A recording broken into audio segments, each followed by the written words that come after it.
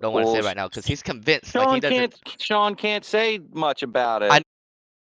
I think Mr. Porter said exactly what he wanted to say, and I think the outcome of that is exactly what he was expecting. Got you guys talking. Now let's hear about what these guys think, and then I'll tell you what I think. So it was the same circumstances, and I wasn't, being careful to. Cat, I think, on Generally Specifics channel. And he said, yeah, we have a storefront, and that's where we, sell stuff for the donations and stuff. I was like, oh, okay. So the donations that were intended for them to use. Yeah, they were selling in a storefront, from what Savage Saint says, anyway. How about you, Todd and Angry Vet, or not Todd? My bad. Ryder and Angry Vet. Do you guys think this guy did it, man? You two think these guys, the rabbit guy killed her, man? I was gonna. My opinion on the matter. Okay, you go first. flip a coin, man. I was gonna already say this before you even asked about. I'm kind of in the air about. In the air about it. Well, all right. Let's see if that checks out.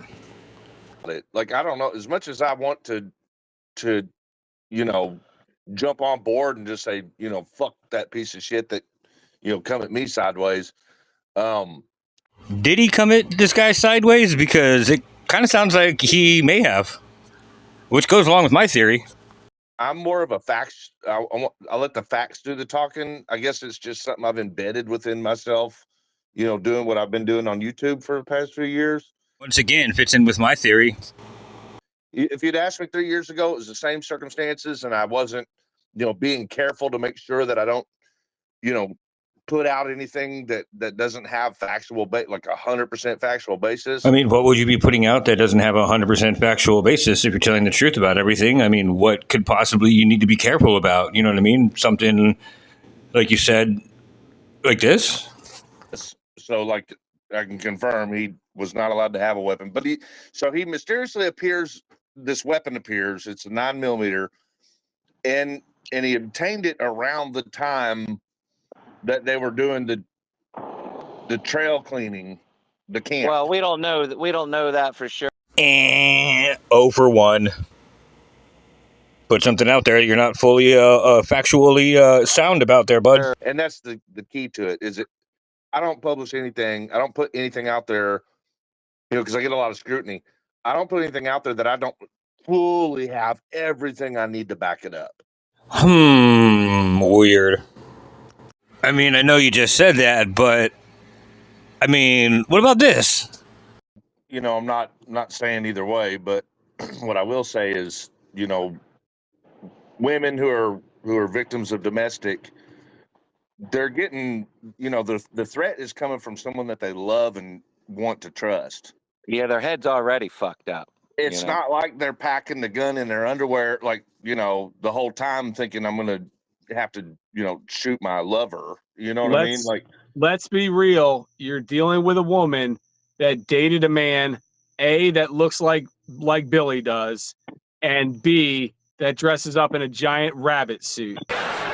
And I distinguish between maniacs and crazy people. A maniac will beat 9 people to death with a steel dildo. A crazy person will beat 9 people to death with a steel dildo, but he'll be wearing a Bugs Bunny suit at the time. And B, that dresses up in a giant rabbit suit.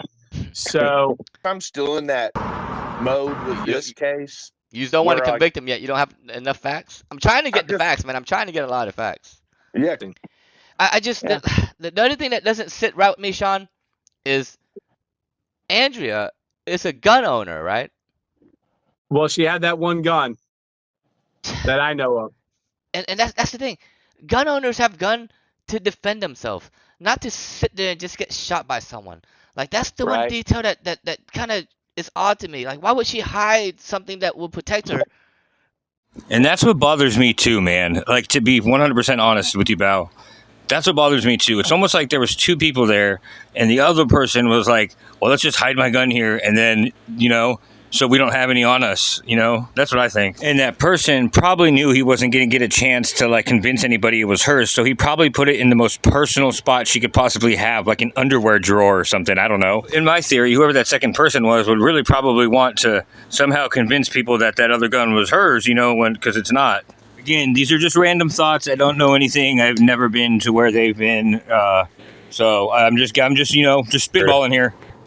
I mean, I know you just said that, but I mean, what about this? I'm not saying either way, but what I will say is, women who are victims of domestic, they're getting, the threat is coming from someone that they love and want to trust. Yeah, their head's already fucked up. It's not like they're packing the gun in their underwear, like, the whole time thinking I'm going to have to, shoot my lover. You know what I mean? Like, let's be real. You're dealing with a woman that dated a man, A, that looks like Billy does, and B, that dresses up in a giant rabbit suit. So well, you were fine with it for a while, Shaun. Normal thinking is not necessarily going to apply here. Well, I don't even think, I think it is normal for the woman to not like hold the gun and be ready to, because if it happened the way it sounds, then they probably were in an argument, like, wasn't it in like the living room or something like that? I don't know anything about this. I do know that they argued while on the phone with other people, but that was not information that I have. So we weren't talking about, I mean, you said her gun, not the one that was used, but hers was wrapped up in a pair of underwear hidden in her drawer. He claims to only put out the facts, but he's 0 for 3 on facts. And then this underwear thing he has brought up a second time after making a clear distinguish between her gun and the other gun, and then adds the detail that it was wrapped up in a drawer, right? Where's this coming from? It was hidden somewhere in the house. I don't know where. Right. So it probably wasn't on her person when that argument commenced. No, and she was hiding. Just some weird stuff going on here, folks.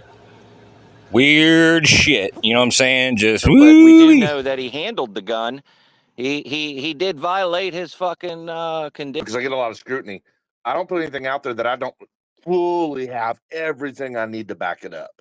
So I'll be like, I guess, huh? You already being a bad influence too,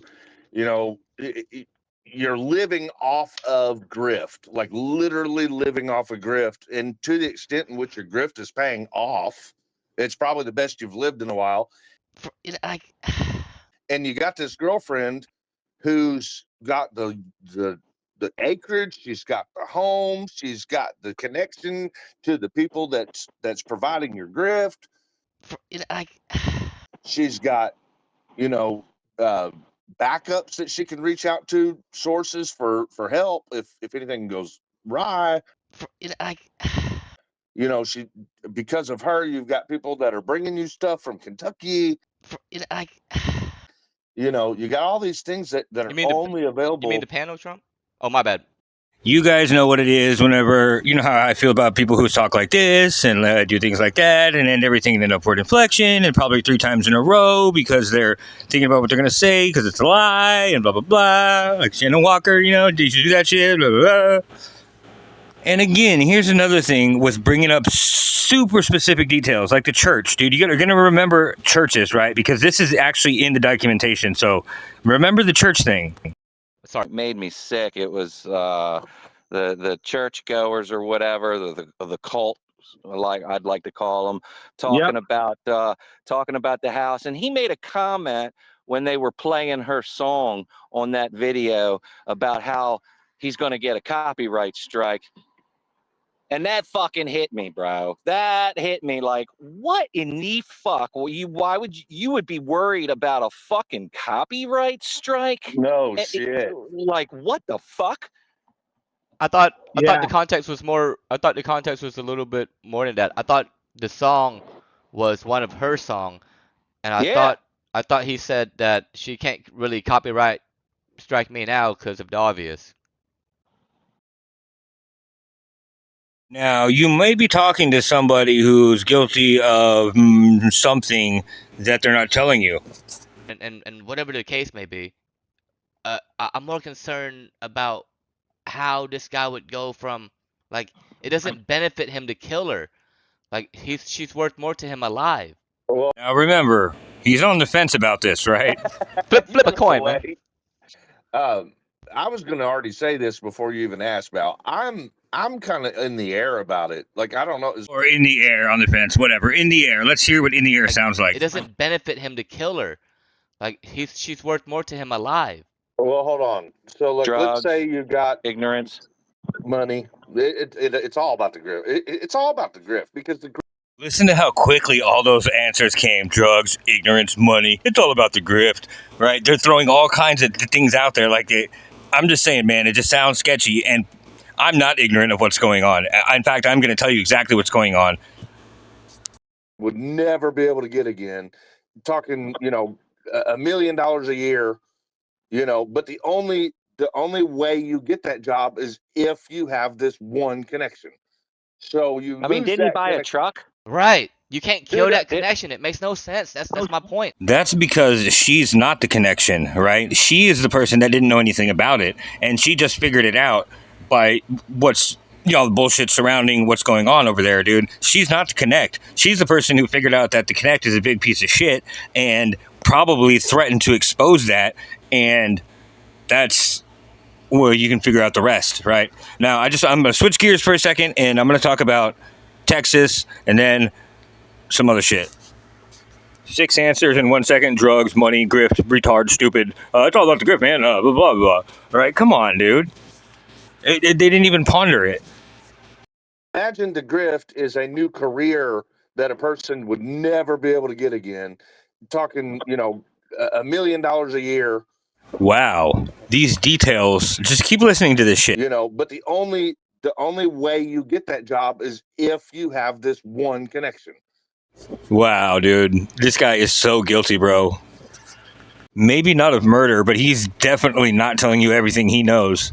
For sure. So didn't he buy a truck? Right. You can't kill that connection. It makes no sense. That's my point. Well, you don't necessarily kill the connection. You would kill if you lost the connection.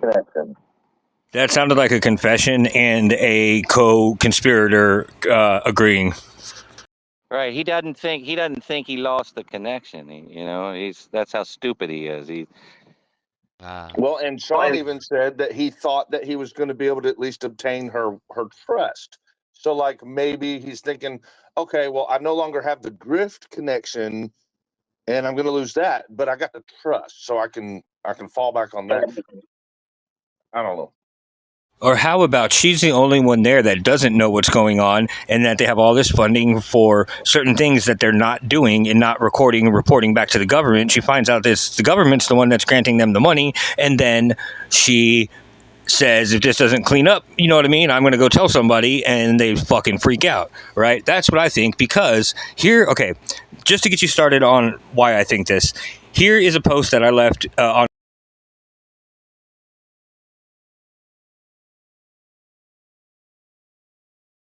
BAO. This is Scars, that company that the Angry Vet tried to start. This is 2 weeks ago on Chris Ruff's community post, right? 2 weeks ago. This is what I put. So in 2022, after like 9 years of litigation, the federal government sued Walmart, CVS, Walgreens, Target, and some other one for $86 billion. The money was put in abatement funds. It's kind of like an escrow account.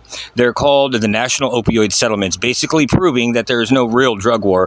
It was all from pharma companies in the United States. Janssen Pharmaceuticals, however you spell it. Anyhow, for political subdivisions and states to get this money, they have to meet certain shit, like certain criteria. that motherfucker Scars guy, Kevin or whatever, was trying to use part of the Delaware allotment of money that they have like a special deal where if you have a nonprofit that like benefits either veterans or whatever, you get paid back for the good work that you do. Most times it's like quadruple what they raise, and it's made for the employees and expenditures, which is cool. I got proof that this shithead was doing this, and he was discussing it, or he was disguising it as a tribal subdivision of Delaware. This whole big stink about him not being an approved nonprofit, and the thing is that he was, right, but he wasn't approved in time to register for whatever, to get the opioid settlement funds that he was trying to get, right? He was like a month or two too late, and he finally got it right, but I don't think he did it in the state of Delaware. I think it's in Maryland, but right, which I don't know where the documents went for that, but what I can tell you, or I'll just show you, is that there's two places. Arizona had the biggest density of these pharmaceutical companies, but North Carolina had the highest concentration of people affected, like people overdosing and shit, right? And they just got their money, and they got more. It's a smaller place, but they got more than Texas. They got, and in every single one of these different lawsuits, like Walmart and whatever, there's like 5 or 6 of them for each. So anyways, I guess I know I haven't properly explained it, but I hate doing this in every single video, but Walmart, Target, Walgreens, and like 3 other big pharmacies were all sued, and there's $186 billion in these escrow accounts. Now, this is Texas's one from one of those stores. There's like 5 or 6 for every state for all of those companies I just named for billions of dollars, dude. And it's all because of the opioid epidemic, and they got sued by a whole shit ton of people, which the federal government somehow took over it and put it in abatement funds to be allocated to the states, okay? That's what it is. Now, this is the one for Texas. I realize it's for Texas, but it's similarly set up to the rest of them, and I don't want to go download the one for North Carolina, but I got a lot to show you on North Carolina, so don't leave. All right, the Texas Opioid Abatement Fund Council Settlement Allocation Term Sheet, right? Its elected representatives in council, including Honorable Ken Paxton, Attorney General of the state, and certain political subdivisions through their elected representatives and council, are separately engaged in litigation seeking to hold those entities in the supply chain accountable for damage caused and now.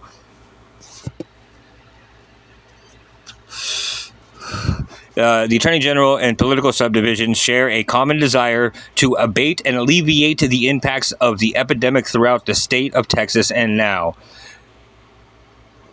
The state and its political subdivisions are subject to completing formal... subject to completing... I realize this is the one for Texas, but the reason I'm reading it is because the setup is kind of the same, and because I don't want to download another one, because there's 5 of these for each state, from like Walmart, CVS, Target, all the companies that got sued. Each one of these has their own, and they're all worded a little bit differently, but basically they're the same as far as like the outline and whatever. So that's why I'm reading you Texas's one. I'm just lazy. I don't want to go download the one for North Carolina. But I got a lot of documents from North Carolina, so stick around, all right? Formal documents. This is going to become an issue later, because when I show you the formal documents for North Carolina, they're fucking not completed, and that's what I think she came up on.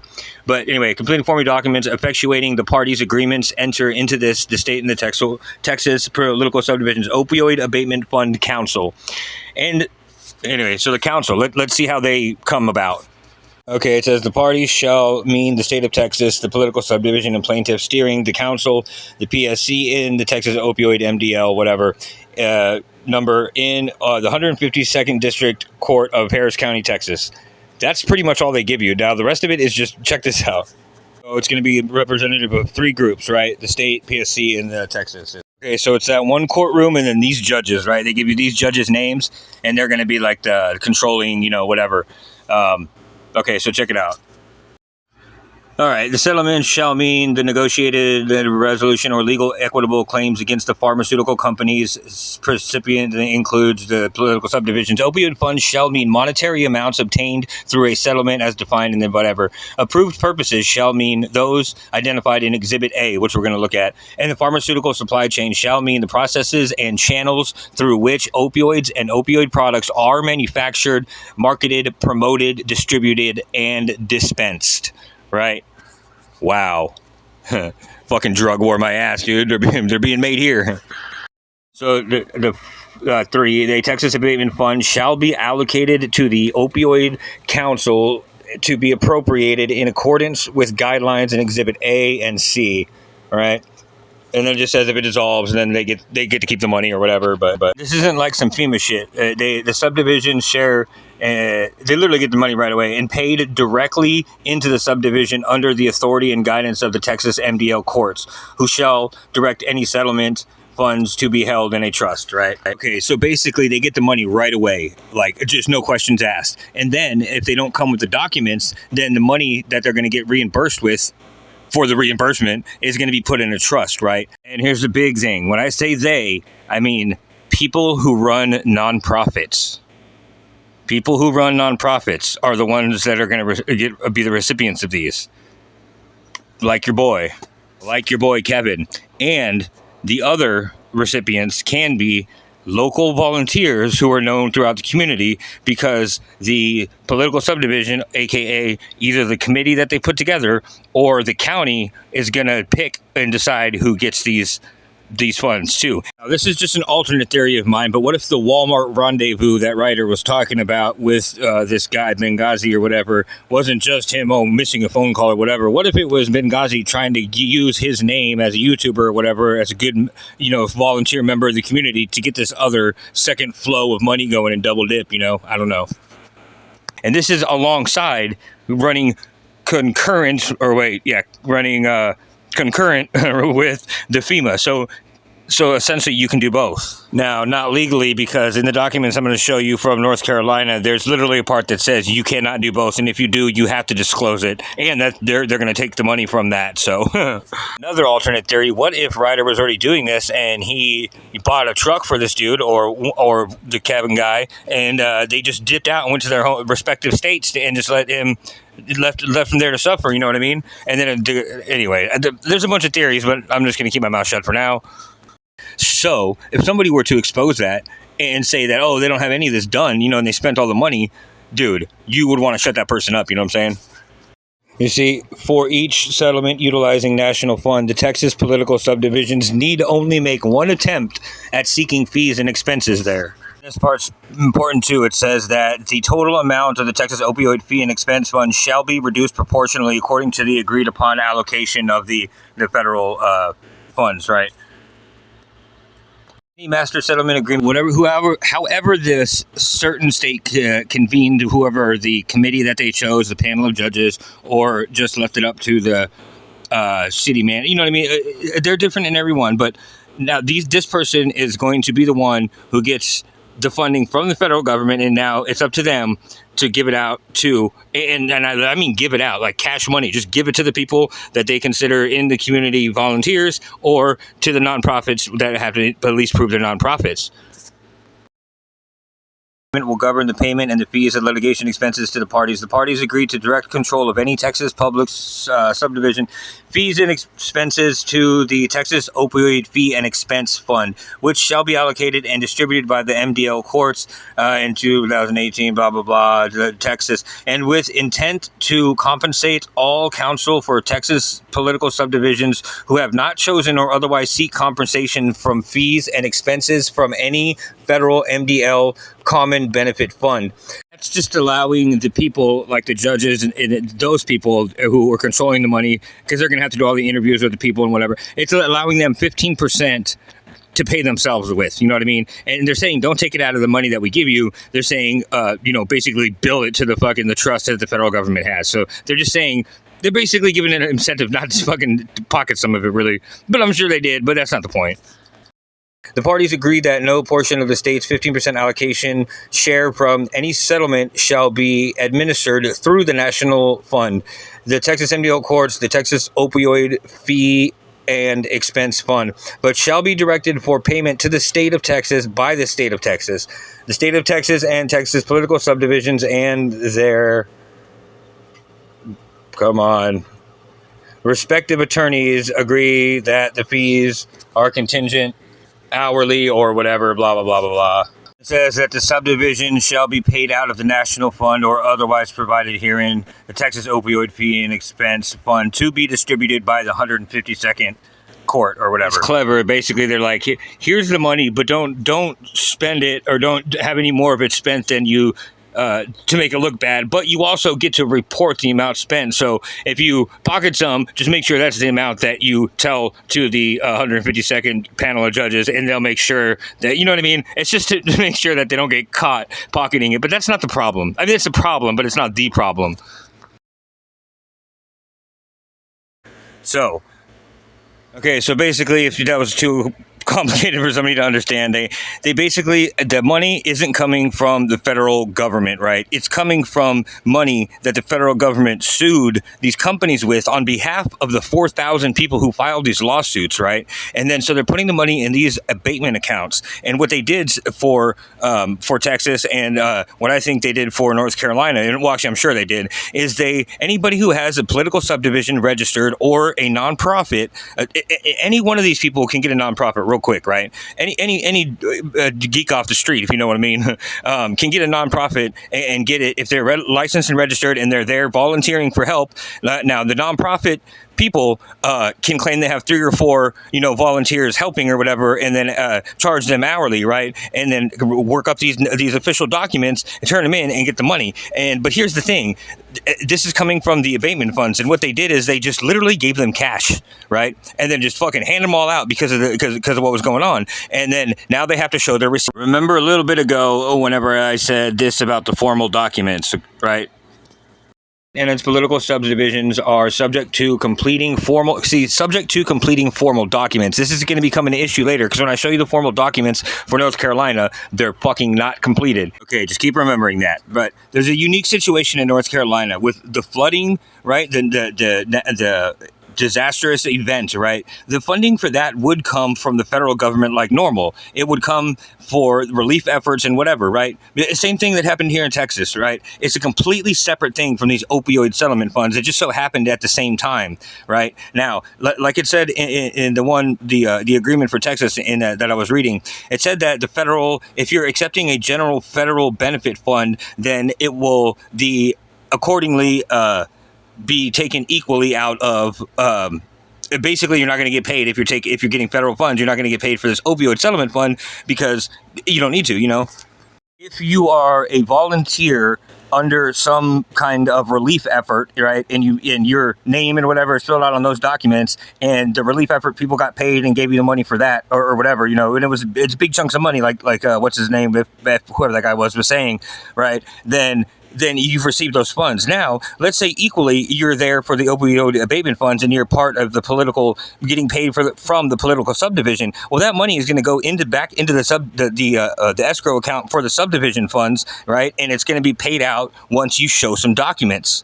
And now you don't have those documents because you've been double dipping, you know what I'm saying? And you would have to have somebody who owns a nonprofit and is signed up as a nonprofit to benefit from this, and then somebody who's doing it for the federal relief efforts, right?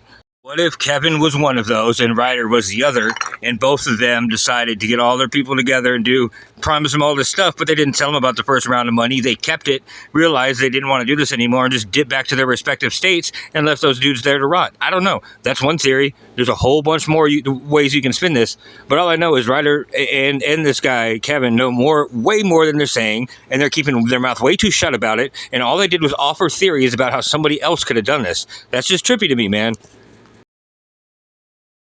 Well, we know Kevin has a nonprofit for sure, and that other guy sounded like he knows a lot about how and where and the salary and whatever that this federal money is coming from, right?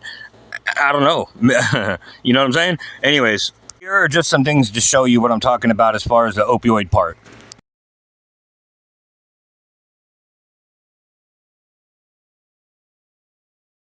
Like you can see here, they were doing these trainings, and it was for basically like an EMT type or EMS type thing, right? How many of these first responders or people like this do you think were also helping with the relief effort from the, from the national disaster or whatever? You know what I mean? I don't think it took long for them to put 2 and 2 together and think that double dipping was a good idea. You know what I mean?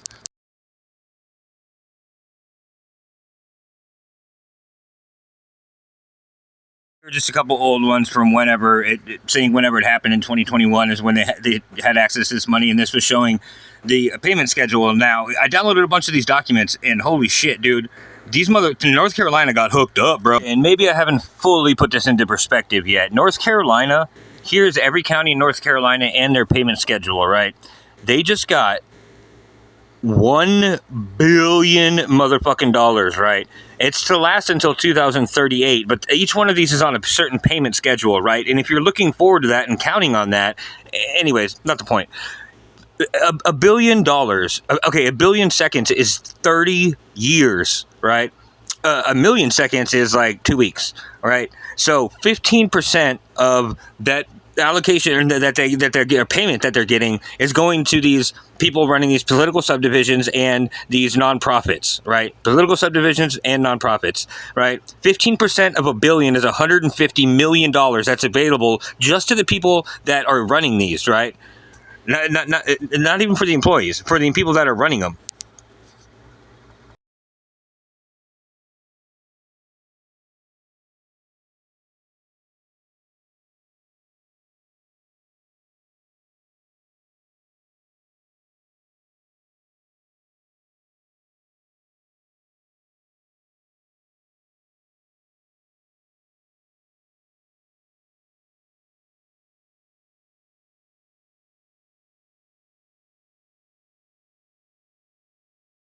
So, like you can see here, in the year 23 to 24, they got way over 120 million, but the 24 to 25, which is what they would fall in, would have been 120 million, which is right on with my 15%, thing.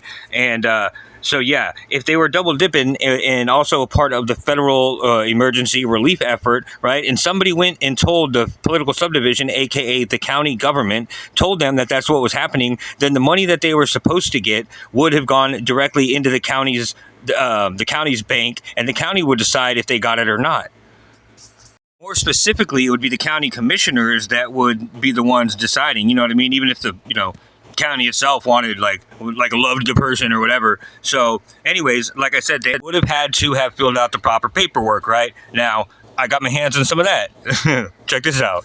So yeah, around this Exhibit C. There's A, B, and C, and C is the one that says the drafts and reports recommended in formally presenting the R&R to its local governing body. The R&R is then submitted to the core NC for display, right? And then, you know what I mean, after they approve it, whatever. This is every county, every single county. I got my hands on all of it, dude. I got a buddy that does some stuff, and he's just, So, anyways, I'm just going to start with a couple of them, like here. Okay, so in 22 to 23, were paid. Funds received 809,000, right?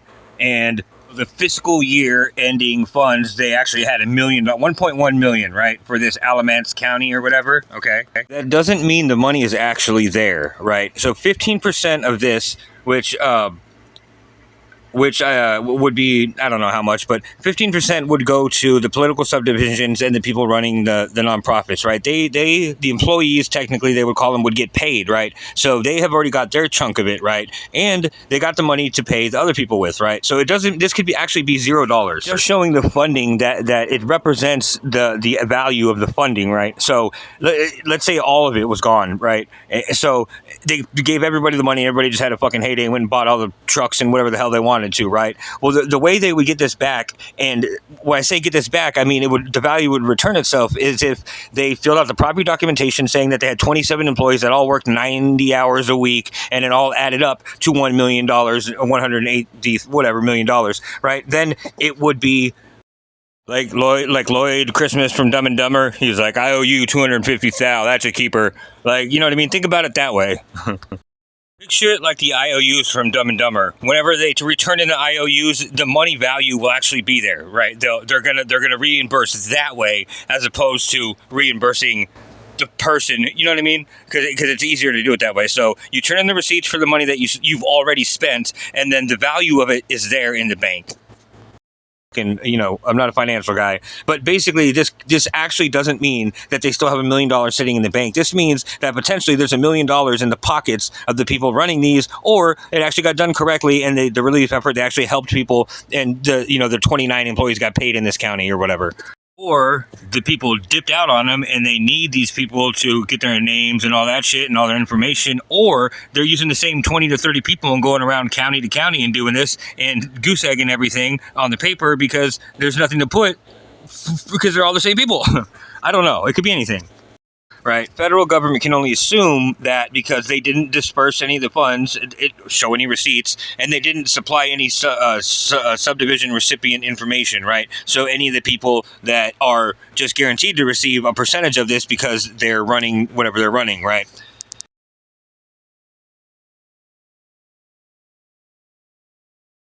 So this county would have got dropped. That was their first 1.2, and then 2.4 million, and then around this time it's 7/1. So July 1st of 2024, they would have got dropped another 1.4 million dollars in, you know what I mean? Payment cash. They would have just got that shit, right?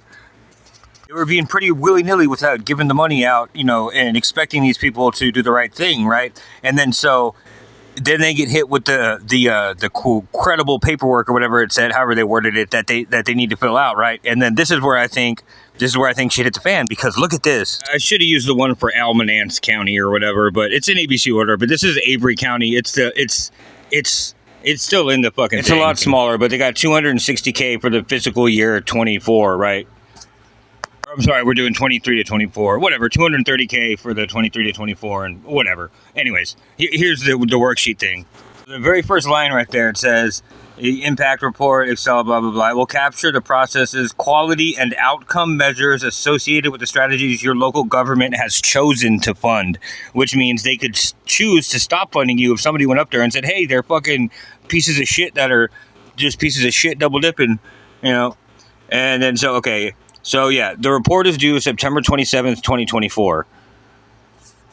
They don't mind being really lax with when you do it for the most part, but this report is due. I mean, even if it was for the previous year, you can still do that because it still says down here, it says choose the year. So if you hadn't done it, they're not going to, you know, hound you for it. But if you haven't done it by this date, you know, next year you better have it done by this date. You know what I'm saying? And so, moving on. I just had another thought. What Ryder said about the trust, or like, oh, just going to gain her trust. What if he went and did the crackhead thing in front of one of the people on the political subdivision that's going to approve these, and she was like, look, I don't know who you are, but if Andrea trusts you, then it's okay, but otherwise, no. You know what I mean? What if, like, that was the thing, is like, he crackheaded out, dude, and they were like, look, we trust her, so if she says that we can trust you, then yeah, it's all good, but if not, you know, get the fuck out of here. And she was maybe holding that over his head, I don't know. Now, I have one of these for every county in North Carolina, and look, it has contact information, so if she really was the plug, tell me one of y'all, tell me what county they were in, and I'll pull it up, and we'll see we'll see. You know what I mean? We can exonerate these fuckers right now, dude, and we can at least find somebody to go talk to about what happened to her and whatever. Somebody tell me what county they were in, and I'll look up the information, dude. I mean, shit. Let's not fuck around here and just speculate. You know what I mean? Let's find out. Right there, it says for the strategies for the 23 to 24 year, complete the strategy specific workbook sheet. You need to complete the worksheets for strategies you have funded. See, like the money that they've already been given, that they've already spent on these things, they need to now report on it, right? For each workbook, there needs to answer at least one of the rows in each colored section. You are strongly encouraged to answer as many rows in each section as you can, right? And they give you an example. 8/30/2024 is when this is absolutely due, right? Nothing. But wait, there's more. So this one says, please quantify the processes, measures relevant to your implementation of this strategy. Indicate whether the count represents efforts supported by the opioid settlement funds or efforts supported by multiple funding sources, including the opioid settlement fund. Processes measures should reflect the numbers from the 2024 fiscal year. So that'd be July 1st of 23 to June 30th of 24. Whoever this person was, they disclosed that, yes, they are being partially funded by the opioid settlement fund as well. And it says count 2. Like, this isn't an example sheet. This is an actual one that they need to fill out. Like, and the information the county does have, they know how many people they gave money to, or how many people they said they were, the person that got the money said they were giving money to. So they have that filled out, and then this filled out. So it's like whenever, anyway, they have the parts filled out that they know about, right? And then they're called stakeholders, the workers, like not Benghazi Rabbit, not the people who are getting the big chunk of money, but the people they're supposed to be paying to help them. This particular document had 102 of them they were supposed to pay. 102.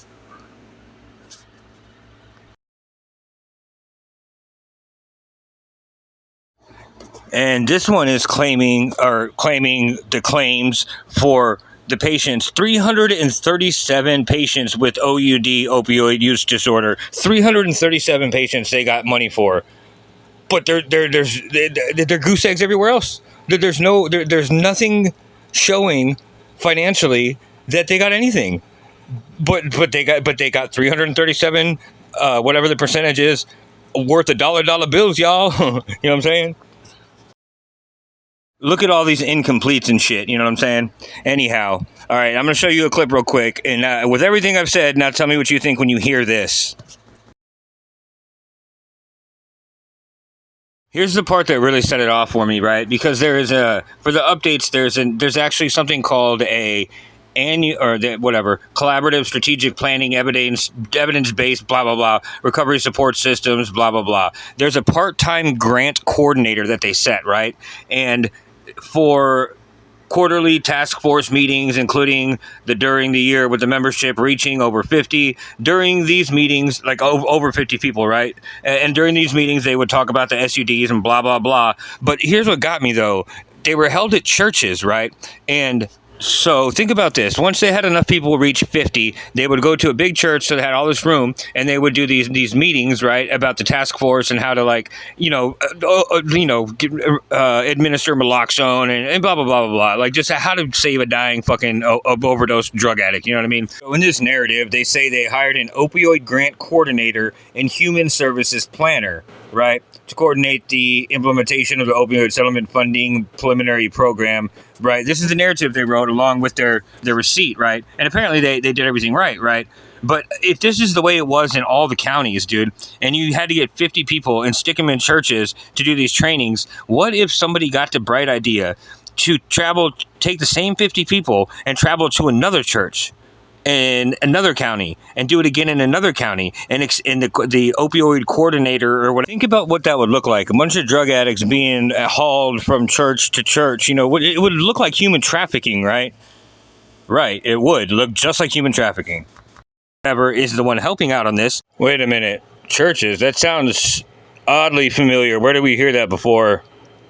Some of my concerns after the month of November was that I was very concerned about human trafficking in Western North Carolina, drug trafficking, and some of the debauchery I saw from the people who are here masquerading around as volunteers, when many of them are just people who have legal problems, don't want to pay child support, aren't welcome back at home because things aren't good with their spouse, they're committing adultery.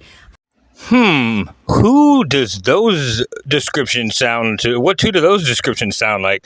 That sounds like two people that I've heard about, at least I heard things about. I don't know, man. You make your decisions. I did find out that there are people in this area who are human traffickers and drug traffickers, and the way they're doing it is, in closing, is that they're using the pillars of the community, the churches, the people with good names to hide behind on their private property. So in closing, I just pray, and I hope some people will also pray tonight, that people get some discernment around here and can really see things for what they are. I think that North Carolina, I think there's other ways to take care of ourselves. And I think we did a good job taking care of each other. And we need to have a lot of discernment and do a lot of, digging in if we're going to associate ourselves with these types of people, because there's just too many degenerates coming through this area. So I hope you guys take care and God bless. I'll see you on the next one.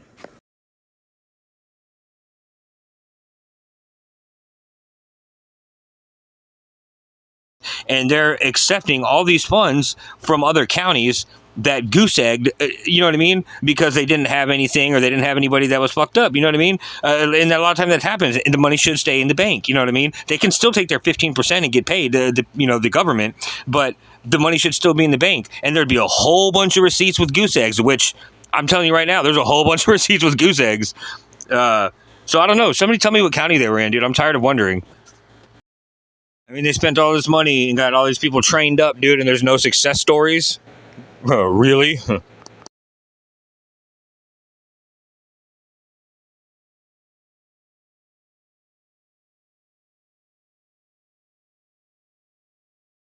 There's got to be more. And Oh, there's totally more that none of us know. yeah. There's 100%. You know, I think there's a lot more that y'all know. And I think y'all need to start talking because I think these auditors and trollitors and just, people are going to eat you the fuck alive if you don't start telling the truth. Both of y'all start telling the damn truth, dude. And what's with this meeting in the Walmart parking lot? That's like, here's what I see, dude. I just see somebody who's trying to explain something that he doesn't know about and is getting real detailed with his description of things and knowledge of exactly what's going on with these settlement funds and the federal funding. And there's a document where both need to be disclosed. And I see another guy who has a nonprofit, which is another absolute 100% guaranteed recipient of this free fucking money that they don't have to pay back or have to report on for years at a time, right? And both of you guys ended up meeting a dead girl in the same city, county, in a Walmart parking lot under the guise of, we're going to help people, you know what I mean? And then end up leaving or some kind of falling out because of some guy who's possibly on drugs. I mean, I don't know. He could be the one, and I could be wrong, but I don't feel like I'm wrong.